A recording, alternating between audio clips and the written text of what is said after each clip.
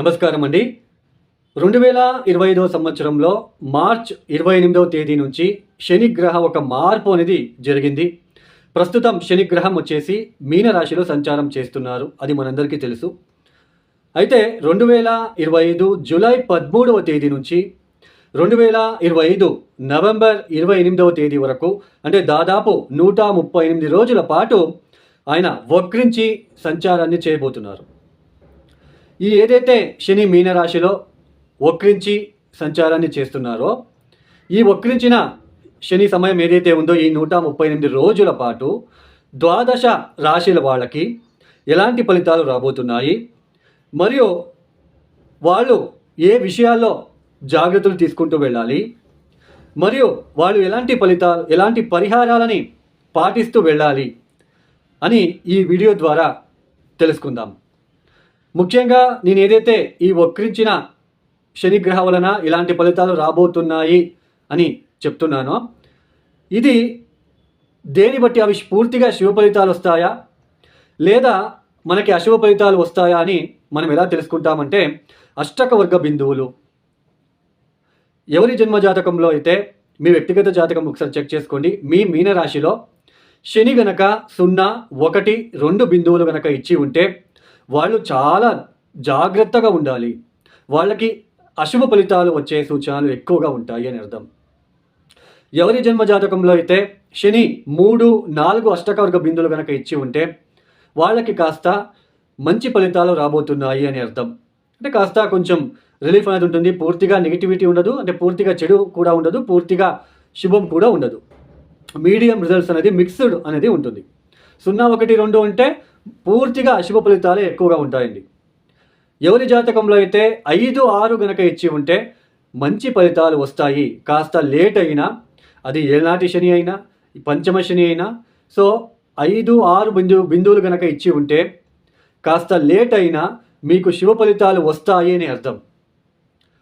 అయితే 7, 8 బిందువులు గనక ఇచ్చి ఉంటే ఎవరి జన్మ జాతకంలో అయినా 7 లేదా 8 బిందువులు గనక ఇచ్చి ఉంటే ఎక్సలెంట్ రిజల్ట్ అని చెప్పవచ్చు. చాలా బాగుంటుంది వాళ్ళకి.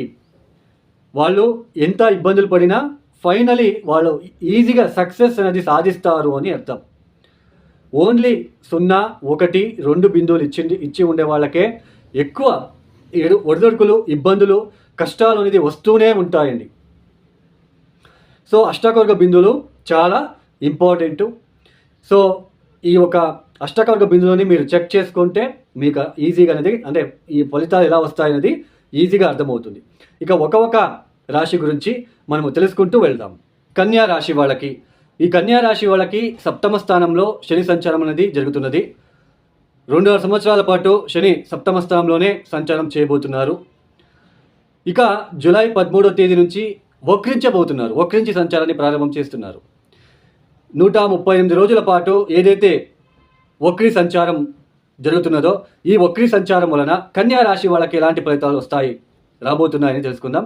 దానికన్నా ముందు 7వ స్థానంలో శని వచ్చినప్పటి నుంచి మీరు ఎలాంటి సిచ్యుయేషన్ ఫేస్ చేస్తున్నారని తెలుసుకునే ప్రయత్నం చేద్దాం. ముందుగా 7వ స్థానం అంటే ఏంటి? దాంపత్య సుఖము, పార్ట్నర్, మీ ఒక పార్ట్నర్ వాళ్ళు ఎలాంటి స్వభావం కలిగి ఉంటారు, ఇది 7వ స్థానం రిప్రజెంట్ చేస్తుంది. తర్వాత 7వ స్థానం పార్ట్నర్షిప్, బిజినెస్ చేసేవాళ్ళు, అంటే ఇద్దరు వ్యక్తులు కలిసి పార్ట్నర్గా మారి బిజినెస్ ఏదైనా పెట్టే ఆస్కారాలు 7వ స్థానం రిప్రజెంట్ చేస్తుంది. తర్వాత మన ఒక స్వాభావికము, 7వ స్థానంలో ఉంటున్న గ్రహము నేరుగా రాశిని చూస్తారు కాబట్టి మన స్వభావం కూడా ఎలా ఉంటుంది, ఆ 7వ స్థానంలో ఉంటున్న గ్రహం వలన ఆ 7వ స్థానం డిస్టర్బెన్స్ అయినప్పుడు మనకి ఇరిటేషన్ అనేది ఉంటుంది, ఎందుకంటే ఆ రాశిని చూడడం వలన. సో ఇవన్నీ కూడా 7వ స్థానం నుంచి చూస్తున్నాం కాబట్టి అలాంటి 7వ స్థానంలో శని సంచారం అనేది జరుగుతున్నది. శని అంటే ఏంటి? Restriction planet, slow moving planet, కర్మకారకుడు. భార్యాభర్తల మధ్య ఈ సమయంలో ఒక అవగాహన కావచ్చు, ఒక ప్రేమ, ఆప్యాయత, ఒక విషయంలో రిస్ట్రిక్షన్ ఉండే ఆస్కారాలు ఉంటాయి. అంటే ఒక వాదం కావచ్చు, ఒక ఆర్గ్యుమెంట్ జరగడం కావచ్చు, మీ భార్య లేదా మీ భర్త ఏదైనా జాబ్ చేస్తుంటే వాళ్ళకి అక్కడ జాబ్లో ఇబ్బందులు కావచ్చు, ఎదుగుదల లేకపోవడం లాంటిది, తరచూ ఇబ్బందులు ఎదుర్కోవడము భార్యాభర్తలు, ఒక అండర్స్టాండింగ్ లేకపోవడము. ఈ సమయంలో ఎందుకో అండర్స్టాండింగ్ తగ్గిపోతా ఉంది, మా ఇద్దరి మధ్య చాలా విభేదాలు వస్తున్నాయి, అనుమానాలు వస్తున్నాయి. సో ఇలాంటివన్నీ మీరు ఫేస్ చేస్తూ వస్తుంటారు. తర్వాత కన్యారాశి వాళ్ళకి పంచమాధిపతి అవుతాడు. పంచమాధిపతి అయిన శని సప్తమ స్థానంలో మీ పిల్లల పట్ల, మీ పిల్లల బిహేవియర్ పట్ల మీకు కొంచెం ఇబ్బందిగా ఉండే ఆస్కారాలు ఉంటుంది. మీ పిల్లల గురించి కొంచెం ఏదైనా ఆందోళనలో కొంచెం బాగా ఇబ్బందికరంగా ఫీల్ అయ్యే సూచనలు ఉంటాయి. ఇక మీద సప్తమ స్థానంలో వక్రించిన శని వలన, ఈ వక్రించిన శని వలన భార్యాభర్తల మధ్య మరింత గ్యాప్ పెరగడం లాంటిది, కొద్ది రోజులు మాట్లాడకుండా, ఎక్కువ వాళ్ళతో మాట్లాడకుండా మీ పనులు మీరు చేసుకుంటూ ఉండడానికి ఇక్కడ సిచ్యుయేషన్ రాబోతున్నది. మీ పిల్లల ఒక విషయంలో కొంచెం డిస్టర్బెన్సెస్గా మీరు ఫీల్ అవ్వడానికి అవకాశాలు ఉంటాయి. వాళ్ళు చేసే విషయాల్లో కావచ్చు, వాళ్ళ ఎదుగుదలకి సంబంధించిన విషయాల్లో కావచ్చు, వాళ్ళ చదువుకి సంబంధించిన విషయాల్లో కావచ్చు, ఒక ఇరిటేషన్ లాగా ఫీల్ అవ్వడము, వాళ్ళ నుంచి మీకు ఏదో ఒకటి డిస్టర్బెన్స్ అని అనిపించడం లాంటిది. ఇంట్లో కావచ్చు, ఆఫీస్లో కావచ్చు, పార్ట్నర్షిప్ బిజినెస్లో కావచ్చు, ఇతరుల విషయంలో అంటే మీరు వాళ్ళతో మాట్లాడకుండా కొద్ది రోజులు గ్యాప్ తీసుకోవడం లాంటిది వచ్చే సూచనలు. నా కొడుకు నాకు చెప్పకుండా ఎక్కడికో వెళ్ళిపోయాడు, టూర్ వెళ్ళిపోయాడు, లేదా సినిమాకి వెళ్ళిపోయాడు, లేదా నాకు నచ్చని పని వాడు చేశాడు, కొద్ది రోజులు వాడితో ఎందుకులే, వాడి వాడు ఉండని, నేను మాట్లాడకుండా ఉండిపోదాం అనే ఒక థాట్.